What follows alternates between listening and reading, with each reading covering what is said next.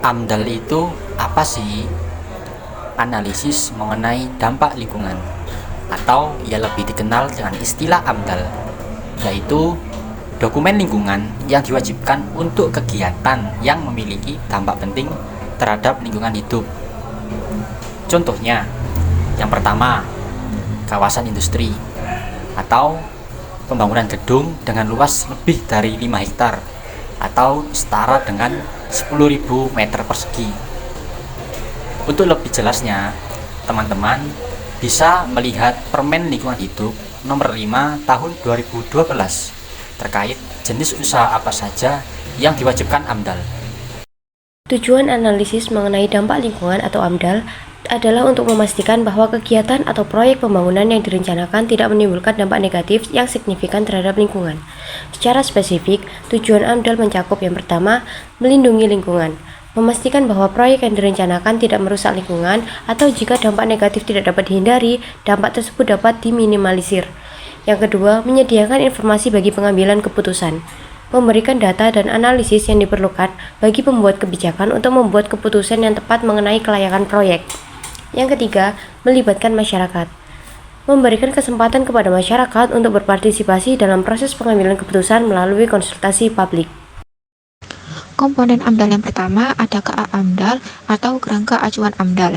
Dokumen ini berfungsi untuk menjelaskan ruang lingkup, metode, dan rencana pelaksanaan kajian dampak lingkungan dari suatu rencana kegiatan atau proyek. Yang kedua ada ANDAL atau Analisis Dampak Lingkungan, yakni dokumen utama yang menganalisis secara rinci potensi dampak lingkungan proyek, termasuk identifikasi, prediksi, dan evaluasi dampak serta cara mengelolanya. Yang ketiga ada RKL atau Rencana Pengelolaan Lingkungan. RKL disusun untuk mengidentifikasi, merencanakan, dan mengatur tindakan pengelolaan lingkungan yang perlu dilakukan untuk mengurangi dampak negatif dari suatu kegiatan atau proyek terhadap lingkungan. Yang keempat ada RPL atau Rencana Pemantauan Lingkungan. RPL disusun untuk mengatur pelaksanaan pemantauan terhadap dampak lingkungan dari suatu kegiatan atau proyek, guna memastikan bahwa langkah-langkah pengelolaan yang telah direncanakan dalam RKL berjalan efektif dan dampak lingkungan tetap dalam batas yang dapat diterima. Keempat komponen AMDAL ini saling berhubungan dan membentuk keseluruhan proses yang bertujuan untuk memastikan bahwa proyek yang akan dilaksanakan tidak merusak lingkungan atau mengancam kesejahteraan masyarakat setempat. Fungsi AMDAL yang pertama yaitu masyarakat ada 5 poin. Yang pertama, masyarakat mengetahui rencana pembangunan dan mempersiapkan diri untuk adaptasi. Yang kedua, masyarakat ikut berpartisipasi. Yang ketiga, tidak terjadi salah paham dan dapat bekerjasama dengan pemilik proyek. Yang keempat, masyarakat mengetahui hak dan kewajiban dalam hubungan dengan proyek tersebut. Fungsi AMDAL yang kedua yaitu pemerintahan ada 7 poin. Yang pertama, mencegah potensi SDA sumber daya alam yang dikelola rusak. Yang kedua, mencegah sumber daya alam atau SDA lain di luar proyek yang rusak. Yang ketiga, menghindari pengerusakan lingkungan hidup. Yang keempat, menjamin proyek dibangun sesuai dengan rencana pembangunan daerah. Yang kelima, untuk menghindari pertikaian antara pemilik proyek dengan masyarakat maupun dengan pemilik proyek yang lain. Fungsi ketiga yaitu pemilik proyek mempunyai 6 poin. Yang pertama, terhindar dari pelanggaran UU dan PP. Yang kedua, terhindar dari tumbuhan pencemaran lingkungan. Yang ketiga, dapat melihat masalah-masalah lingkungan yang dihadapi di masa datang. Yang keempat, AMDAL merupakan sumber informasi mengenai keadaan sosial budaya masyarakat sekitar. Yang kelima, dapat mengetahui kelemahan dan dapat menyempurnakan kelemahan tersebut. Contoh penerapan AMDAL pada perusahaan semen Gresik, pada pertambangan kapur dan tanah liat di Kabupaten Pati, Jawa Tengah. PT Semen Gresik merupakan perusahaan yang bergerak di bidang industri semen. Pada awal kegiatan penambangan kapur dilaksanakan, akan terjadi perusakan lahan yang diakibatkan oleh pengambilan bahan tambang tersebut. Perusakan yang terjadi adalah perubahan fungsi lahan yang semula masih terdapat variasi tanaman menjadi lahan yang tidak beraturan akibat bekas penambangan yang tidak dikembalikan pada posisi sebenarnya.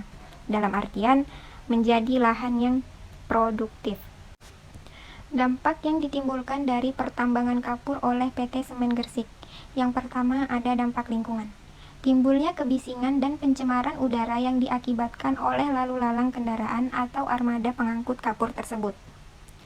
Dampak lain yang ditimbulkan oleh kegiatan pengangkutan bahan tambang kapur antara lain gangguan pernafasan saluran atas yang ditimbulkan dari debu atau asap serta gangguan pendengaran yang ditimbulkan dari knalpot kendaraan tersebut.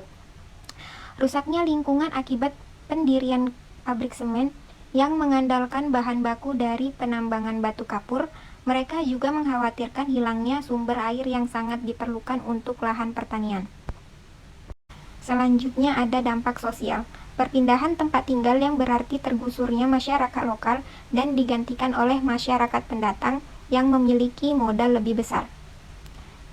Hilangnya mata pencarian sebagian besar masyarakat wilayah Pati Selatan yang menggantungkan hidupnya pada keberadaan lahan pertanian. Usaha yang dilakukan PT Semen Gresik untuk menanggulangi dampak lingkungan. PT Semen Gresik membuat program CSR yang bertujuan untuk menunjang pembangunan masyarakat yang berkelanjutan dan berwawasan lingkungan hidup. PT Semen Gresik juga melakukan beberapa upaya, yaitu yang pertama penghijauan berupa penanaman atau pemberian bibit pepohonan jenis mahoni, trem besi, sengon, matoa, dan jambu mente yang diperuntukkan bagi penghijauan di beberapa wilayah Kabupaten Jawa Timur, Kabupaten Rembang, dan Kabupaten Pati, Jawa Tengah. Yang kedua yaitu program Green Belt atau sabuk hijau yang merupakan upaya untuk menjaga kualitas lingkungan, salah satu syarat dalam Clean Development Mechanism atau proyek mekanisme pembangunan bersih merupakan suatu upaya atau usaha dalam rangka mengurangi dampak dari pemanasan global. Salah satu penyebab dari pemanasan global adalah adanya emisi CO2 yang dihasilkan dari berbagai proses dalam industri.